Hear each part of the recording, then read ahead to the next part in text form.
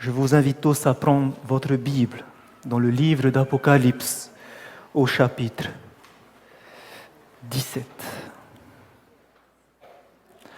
Apocalypse au chapitre 17.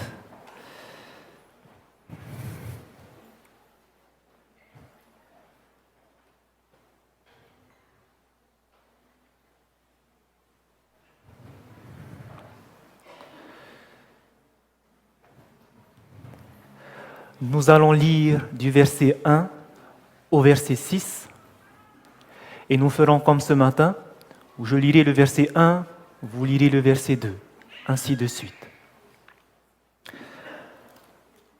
Apocalypse chapitre 17, versets 1 à 6. Il est écrit: « Puis un des 7 anges qui tenait les 7 coupes vint, et il m'adressa la parole en disant: « Viens, je te montrerai le jugement de la grande prostituée qui est assise sur les grandes eaux. »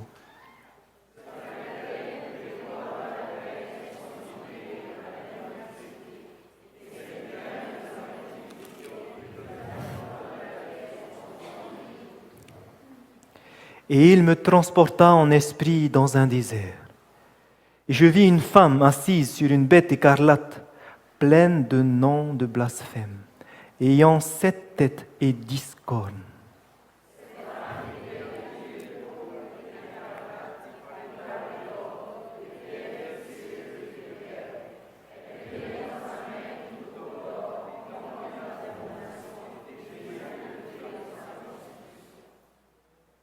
Verset 5.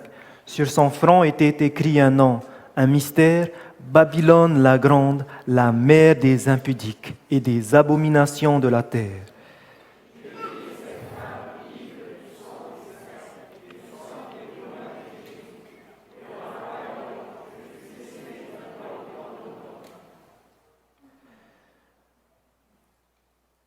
Cette femme prostituée appelée Babylone, qui est-elle? Jésus nous le révèle. Et ce matin, nous devons comprendre qui est cette prostituée Babylone. Pour comprendre qui est cette prostituée, il faut d'abord comprendre qui est cette bête sur qui elle est assise. Une bête à 7 têtes et 10 cornes. Et si vous avez suivi ce matin, lorsqu'on parle de 7 têtes et 10 cornes, ça a dû vous tilter. Ce matin, n'avait-il pas une bête qui avait 7 têtes et 10 cornes? Oui.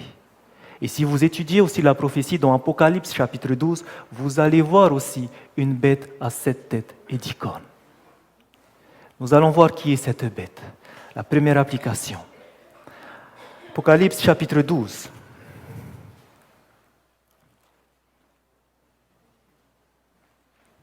On nous parle de cette bête écarlate à 7 têtes et 10 cornes.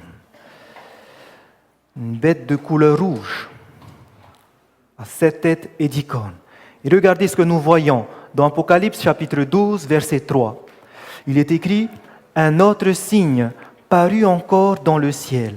Et voici, c'était un grand dragon rouge, ayant 7 têtes et 10 cornes, et sur ses têtes, 7 diadèmes. » Voici ici une autre bête, pareille, de couleur rouge, écarlate. Et elle aussi a 7 têtes et 10 cornes. Cette bête ici est représentée sous forme d'un dragon. Et lorsque l'Esprit de Dieu vous ramène 2 symboles, ça veut tout simplement dire qu'il s'agit de la même identité. Nous avons vu cela ce matin avec Daniel chapitre 7, la petite corne, et Apocalypse chapitre 13, la bête qui sort de la mer. Ici, c'est la même chose. Donc nous voyons maintenant cette bête, ce dragon, qu'est-ce qu'il va faire? Lorsque vous lisez le verset 4, il est dit que sa queue entraînait le tiers des étoiles du ciel et les jetait sur la terre. Le dragon se tint devant la femme qui allait enfanter afin de dévorer son enfant lorsqu'elle aurait enfanté. Au verset 9, nous lisons qui est ce dragon. Et il fut précipité, le grand dragon, le serpent ancien appelé le diable et Satan, celui qui séduit toute la terre. Il fut précipité sur la terre et ses anges furent précipités avec lui. La première application qu'on fait du dragon, la parole de Dieu nous dit, il s'agit de qui? Satan. Mais vous allez voir que de même que Dieu travaille au travers des personnes, de même l'ennemi, Satan, travaille aussi au travers des personnes. Et lorsque nous avons lu au verset 4 que le dragon va vouloir dévorer l'enfant qui allait enfanter la femme, nous n'allons pas aller en détail, mais vous savez que la femme représente l'Église pure. Et que l'enfant mâle, que le dragon va vouloir dévorer, mais qui va monter vers son Père au ciel, et qui doit paître les nations avec une verge de fer, il s'agit de Jésus. Et comment est-ce que Satan va vouloir tuer Jésus lorsqu'il va naître? Ce n'est pas Satan en personne qui va venir, mais il va utiliser Hérode. Donc, cette bête représente également Rome païenne au travers de Hérode, qui a voulu tuer l'enfant mâle. Donc, si nous avons dans Apocalypse chapitre 17 la même bête et qu'il s'agit de Rome, alors cette bête, si le dragon est Rome, alors la bête écarlate de Apocalypse 17 est aussi identifiée à Rome. Est-ce que tout le monde, vous êtes d'accord? Amen. Maintenant, lorsque vous allez dans Apocalypse chapitre 17, vous allez voir que la prophétie nous confirme qu'il s'agit bien d'une ville de Rome, d'un royaume de Rome. Apocalypse chapitre 17, et nous lisons le verset 9. C'est ici l'intelligence qui a de la sagesse. Les 7 têtes sont 7 montagnes sur lesquelles la femme est assise. Que représentent les 7 têtes de la bête écarlate? 7 montagnes sur lesquelles la femme est assise. Autre application, ce sont aussi 7 rois. On ne va pas passer dessus. Mais la première application, ce sont 7 montagnes sur lesquelles la femme est assise. On nous parle de 7 montagnes. Rome est-elle une ville à 7 montagnes? C'est ce que les historiens confirment. Lorsque vous regardez dans l'Antiquité, dans le 9e, 8e siècle, avant Jésus-Christ, le nom qu'on donnait à la ville de Rome, c'était la ville aux 7 collines. Les 7 collines qui sont le Quirinal, Viminal, Esquilin, Capitole, Palatin, Célus, Aventin. Et la ville de Rome a été fondée sur ces 7 montagnes. Donc, nous savons qui est la bête. Il s'agit de Rome. La question maintenant, que représente la prostituée? Tout à l'heure, vous m'avez dit que la femme représentait l'Église de Dieu, la femme pure. En effet, lorsque nous allons prendre dans Jérémie 3, verset 20,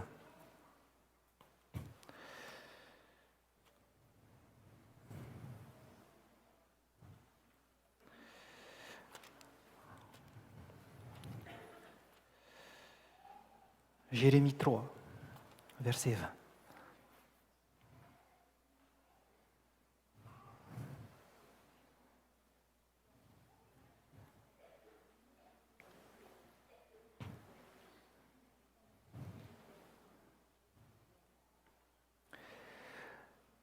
Jérémie chapitre 3, nous lisons le verset 20.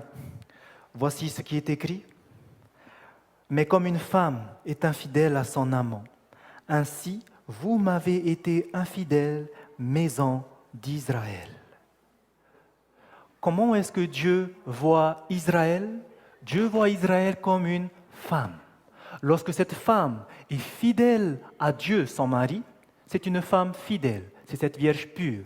Paul dira aussi pour Israël spirituel dans 2 Corinthiens 11, verset 2, qu'il vous a fiancé, vous Corinthiens, à qui? À Christ, comme une Vierge pure. Donc, que ce soit Israël littéral ou Israël spirituel, les chrétiens, lorsqu'ils sont fidèles à Dieu, C'est une vierge pure. Maintenant, que se passe-t-il lorsque Israël se détourne de Dieu et qu'il va aller voir d'autres dieux, des idoles? Elle se prostitue. C'est pour cela qu'ici, il est bien dit, mais comme une femme est infidèle à son amant, vous m'avez été infidèle, maison d'Israël. C'est une prostituée qui va vers d'autres maris, d'autres dieux. Donc, que représente l'Église, que représente cette femme? Ça représente l'Église. L'Église prostituée, une Église infidèle à Dieu. On dira une Église apostate.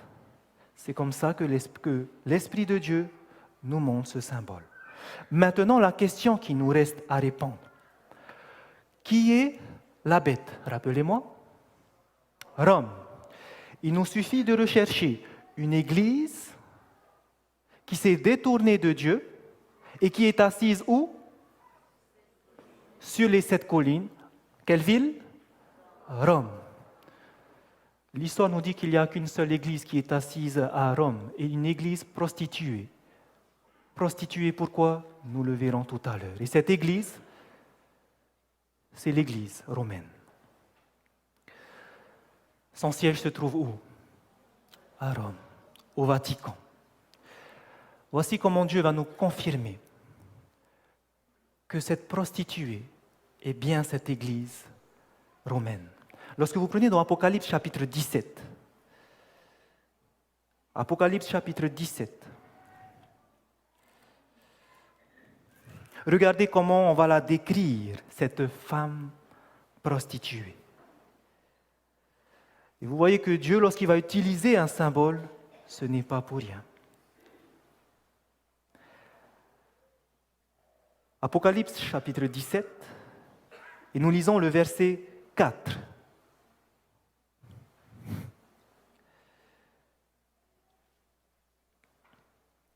Voici ce qui est écrit. Cette femme était vêtue de pourpre et d'écarlate, et parée d'or, de pierres précieuses et de perles. Si elle a des pierres précieuses et des perles, premièrement, ça prouve sa richesse. Est-ce que l'Église romaine est une Église riche? C'est la plus riche du monde. Deuxièmement, on nous dit qu'elle est vêtue de pourpre et d'écarlate. Le pourpre, c'est la couleur violet. L'écarlate, c'est la couleur rouge. Et lorsque vous allez regarder comment sont vêtus les responsables de cette église, vous allez voir que en violet, ce sont les évêques qui portent cette couleur. Et vous allez voir que le rouge est porté par les cardinaux. Et lorsqu'ils se rassemblent pour des grandes messes, vous avez toujours les cardinaux devant, donc qui ont des plus hauts rangs, en rouge, et derrière entourés par les évêques en violet. Pensez-vous que c'est un hasard? Je ne pense pas qu'ils ont fait exprès de s'habiller comme ça, mais je pense que la providence de Dieu a voulu qu'il en soit ainsi. Dieu utilise des symboles, et quand il utilise des symboles, c'est parce qu'il a déjà vu en avance l'histoire. Vous vous souvenez ce matin comment est-ce que les premiers adventistes ont symbolisé la bête qui monte de la terre avec 2 cornes? Le bison. Et on a vu que depuis le mois de mai, ils ont utilisé officiellement le bison comme le mammifère représentant les États-Unis d'Amérique. Ce n'est pas un hasard. Dieu a déjà vu le film bien en avant et il nous dit simplement ce qui se passe. Donc, nous voyons qu'il s'agit bien de l'Église romaine. Une autre preuve, lorsque vous regardez au verset 6. Au verset 6, il est écrit, Apocalypse 17, verset 6, « Et je vis cette femme, ivre du sang des saints et du sang des témoins de Jésus. » Une église qui a dû persécuter les saints. Ce matin, nous avons parlé du système, représenté par la petite corne, qui a fait la guerre aux saints. Ici, on nous montre l'église qui a été ivre du sang des saints. Nous parlons bien de l'Église romaine, qui pendant cette période du Moyen-Âge a persécuté énormément de chrétiens. Énormément de chrétiens.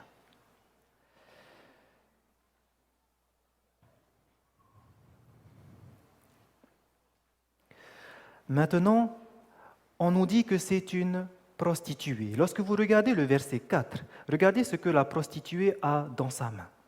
La suite du verset nous dit, elle tenait dans sa main une coupe d'or remplie d'abominations et des impuretés de sa prostitution. Dans sa main, elle tenait une coupe remplie des abominations et des impuretés de sa prostitution. Et qu'est-ce qu'elle va faire avec cette coupe? Qu'est-ce qu'elle a fait? Revenez au verset 2. Cette coupe remplie du vin de sa prostitution, au verset 2, on nous dit « C'est avec elle que les rois de la terre se sont livrés à l'impudicité et c'est du vin de son impudicité que les habitants de la terre se sont enivrés. » Qu'est-ce qu'elle a fait avec ce vin? Elle l'a fait boire non seulement aux rois des nations, mais aussi aux habitants de la terre. Le monde a été ivre de ce vin. Que représentent ces vins? Le vin de sa prostitution. Le fait qu'elle est une prostituée, c'est qu'elle s'est détournée du Dieu créateur. Le fait que maintenant, elle a le vin de la prostitution, ce sont toutes ces fausses doctrines qui ne se trouvent pas dans la parole de Dieu. Et lorsque vous regardez dans le monde est abreuvé de ces fausses doctrines. Une chose, l'immortalité de l'âme. C'est une tradition catholique. L'âme est immortelle. Aujourd'hui dans le monde, tout le monde croit que lorsqu'une personne meurt, son âme est encore vivante. Ça, c'est quelque chose qui se trouve dans le monde. Et tout le monde le croit. Mais il n'y a pas que ça. Regardez les autres fausses doctrines où elle a abreuvé les habitants de la terre. En 321, par exemple, il y a eu ce changement du sabbat au dimanche où on a imposé la loi du dimanche par Constantin. Aujourd'hui, est-ce que le monde garde le dimanche? Est-ce qu'ils ont bu ce vin? Les rois des nations, est-ce qu'ils ont bu ce vin? 325, où le jour de la Pâque, on va le coller avec le jour de la fête de la déesse Ishtar. La déesse Ishtar, c'était une déesse babylonienne, la déesse de la fécondité. La déesse de la fécondité qui était représentée par, si vous regardez sur le temple d'Ishtar, c'était représenté par une femme avec des œufs autour d'elle, et sur le temple d'Ishtar, il y avait des lapins. Lorsqu'on parle des lapins, des œufs, pourquoi le lapin, c'est l'animal qui a le plus de portée, hein? Et donc, pourquoi ça? Et pourquoi aujourd'hui, lorsqu'on arrive à Pâques, qu'est-ce qu'on voit? Voilà. Est-ce que le monde a bu de ce vin? La Pâque juive, où Jésus est mort, a été assimilée à autre chose. Autre chose, en 336, la fête de la Noël. Le monde ne fête-t-il pas Christmas? La Noël, si. Et pourquoi la Noël le 25 décembre? Parce que c'était le jour de la naissance du dieu babylonien Tammuz. Ça n'a rien à voir avec les Écritures. Si vous étudiez en profondeur les Écritures, vous verrez que Jésus, c'était impossible qu'il puisse être né le 25 décembre en hiver. Parce qu'à ce moment-là, les troupeaux n'étaient pas dehors et les bergers ne pouvaient pas être dehors en train de veiller sur les troupeaux. Nous n'allons pas aller en détail. Mais voici que le monde a bu de ce vin. L'adoration de Marie, 381. Autre dogme qui est entré, le baptême des enfants. 787, le culte des idoles et des saints. 813, la transsubstantiation de la main, c'est-à-dire que lorsque on prend l'Eucharistie, réellement, l'hostie qu'on prend, c'est la chair du Christ. C'est la chair du Christ. Donc on arrive à faire à créer la chair du Christ. En 1123, le célibat des prêtres. En 1215, confession annuelle aux prêtres. Ce ne sont que des doctrines qui se sont ajoutées, des fausses doctrines. 1229, lecture de la Bible interdit aux laïcs. Il n'y a que les prêtres qui peuvent lire la Bible.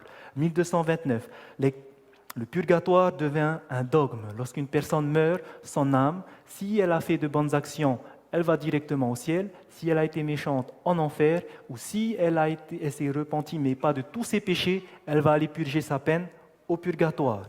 1545, la tradition devient égale à la Bible. Maintenant, la tradition est égale à la Bible. Voici toutes ces fausses doctrines que cette prostituée a mis en place. Et c'est réel, ça c'est fait. Maintenant, nous allons voir quelque chose d'important. Concernant cette bête, et là je vais demander l'attention de tout le monde. Que représentait la bête à 7 têtes et 10 cornes? Que représentait la bête écarlate à 7 têtes et 10 cornes? Rome. Comment on le sait? On a vu dans Apocalypse 12, il y avait le dragon à 7 têtes et 10 cornes, qui est aussi identifié à Rome. Ok. Maintenant, pour comprendre la suite, il faudra comprendre que de même, souvent lorsque Dieu utilise un symbole prophétique, il y a toujours une double application. Et la deuxième application, c'est ce que nous allons voir dans Apocalypse chapitre 13. Souvenez-vous, juste avant, s'il vous plaît, juste avant.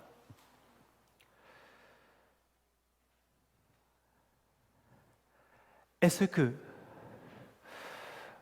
lorsque l'Église aura son plein pouvoir, est-ce que, pardon, je me trompe. Dans Apocalypse chapitre 17, verset 8.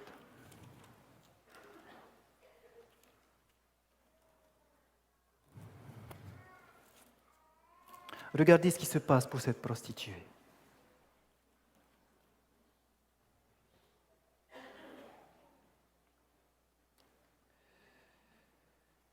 Apocalypse chapitre 17, verset 8. Nous avons dit que la bête n'est pas seulement appliquée à Rome, et vous allez voir pourquoi. Apocalypse chapitre 17, verset 8. Nous lisons « La bête que tu as vue était, et elle n'est plus. Elle doit monter de l'abîme et aller à la perdition. Et les habitants de la terre, ceux dont le nom n'a pas été écrit dès la fondation du monde, dans le livre de vie, s'étonneront en voyant la bête, parce qu'elle était et qu'elle n'est plus, et qu'elle réapparaîtra. Ok. Bête à 7 têtes et 10 cornes, on l'a vu dans Apocalypse 12. Mais pas seulement dans Apocalypse 12, où ça aussi? Apocalypse chapitre 13, où on a vu la bête qui ressemble à un léopard sortir, et elle avait aussi 7 têtes et 10 cornes. Regardez bien ce qui se passe pour cette bête de Apocalypse chapitre 13. Donc la bête écarlate, elle était, elle n'est plus, mais elle réapparaîtra. Et regardez maintenant la bête qui sort de la mer, Apocalypse chapitre 13, au verset 3. Et je vis l'une de ses têtes comme blessée à mort, mais sa blessure mortelle fut guérie. De qui il s'agit ici, dans cette bête à 7 têtes et 10 cornes qui ressemble à un léopard, les pattes d'un ours, la gueule d'un lion? C'est la petite corne, c'est la papauté. La papauté a reçu une blessure mortelle, n'est-ce pas? Quand ça? 1798. C'est la fin de son règne des 1260 jours. Mais qu'est-ce que la prophétie nous dit? Sa blessure mortelle sera guérie. Et qu'est-ce qu'on dit de cette bête? Elle a été, elle n'est plus, mais elle. Donc que symbolise aussi cette bête-là? Pas seulement la ville de Rome, où est assise la femme, mais en second plan, elle représente aussi la papauté, la bête d'Apocalypse chapitre 13 qui sort de la mer. Et ça, c'est important à comprendre. Est-ce que ça va tout le monde? Donc, première application, Apocalypse 12, ça représente Rome, qui va essayer de tuer l'enfant mâle. Deuxième application, Apocalypse 13, cette bête, elle était, elle n'est plus, et elle réapparaîtra. il s'agit de la papauté. Pourquoi je voulais souligner cette importance? Parce que regardez ce qui va se passer pour cette bête qui était, qui n'est plus et qui apparaîtra.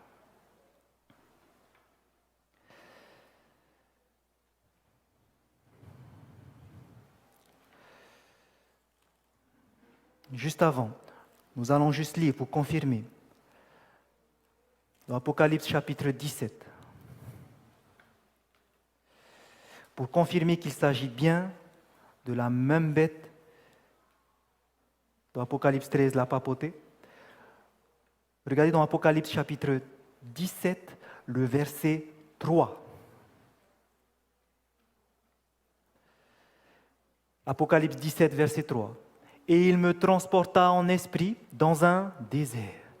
Et je vis une femme assise sur une bête écarlate, pleine de noms de blasphème.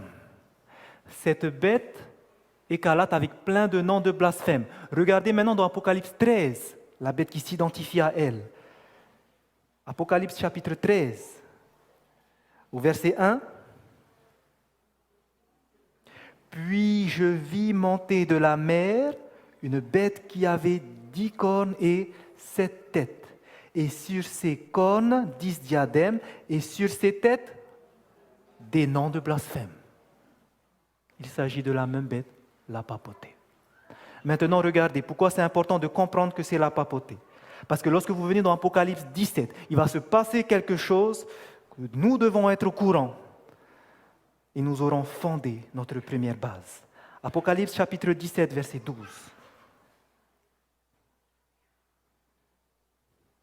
Apocalypse chapitre 17, verset 12. Voici ce qui est écrit. Les 10 cornes que tu as vues sont 10 rois qui n'ont pas encore reçu de royaume, mais qui reçoivent autorité comme rois pendant 1 heure avec la bête. Ok. Je reprends. Apocalypse chapitre 17, verset 12. Les 10 cornes que tu as vues, elles étaient où les 10 cornes? Sur la bête. Qu'est-ce que c'est? Ce sont 10 rois qui n'ont pas encore reçu de royaume, mais qui reçoivent autorité comme rois pendant 1 heure avec la bête. Le mot ici grec est important, c'est le mot miam horas. Le mot même, pendant 1 heure, le mot 1 heure, miam horas, signifie en même temps. En même temps. Ça ne veut pas dire 1 heure, 60 minutes. Okay? Ça ne veut pas dire 1 heure, 60 minutes. Mais le mot grec ici signifie en même temps. Mia horas. Ce qui veut dire qu'on peut lire le verset 12. Les 10 cornes que tu as vues, ce sont 10 rois qui n'ont pas encore reçu de royaume, mais qui reçoivent autorité comme roi comme roi en même temps que la bête. Voilà, vous avez suivi. Les 10 cornes sont 10 rois qui vont régner en même temps que la bête. Qu'est-ce que ça veut dire? Que représentent ces 10 cornes, ces 10 rois? Le premier réflexe que vous aurez, c'est de penser à Daniel chapitre 7, les 10 cornes sur la bête. N'est-ce pas? Et de se dire que les 10 cornes, c'était les 10 tribus barbares. Mais attention, combien y a-t-il de rois qui vont régner en même temps que la bête, c'est-à-dire à la fin, lorsqu'elle va revenir? 10, c'est-à-dire à notre époque. Or, est-ce qu'aujourd'hui, nous avons les 10 tribus barbares? Non, puisque 3 ont été arrachés par la petite corne. Donc, il y a une implication, à faire attention, que ces 10 rois ne sont pas les 10 tribus barbares. Mais avec qui la bête pourra régner à la fin des temps? Les rois qui sont là, les 10 rois, représentent les rois des nations. Pourquoi? Parce qu'elles seront là à la fin des temps. Les rois des nations. Nous allons confirmer cela tout à l'heure. Ce qui veut dire, regardons le verset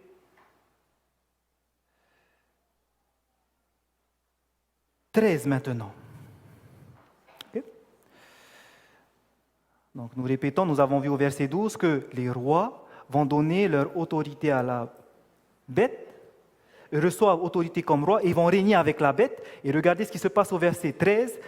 Ils ont un même dessein et ils donnent leur puissance et leur autorité à qui?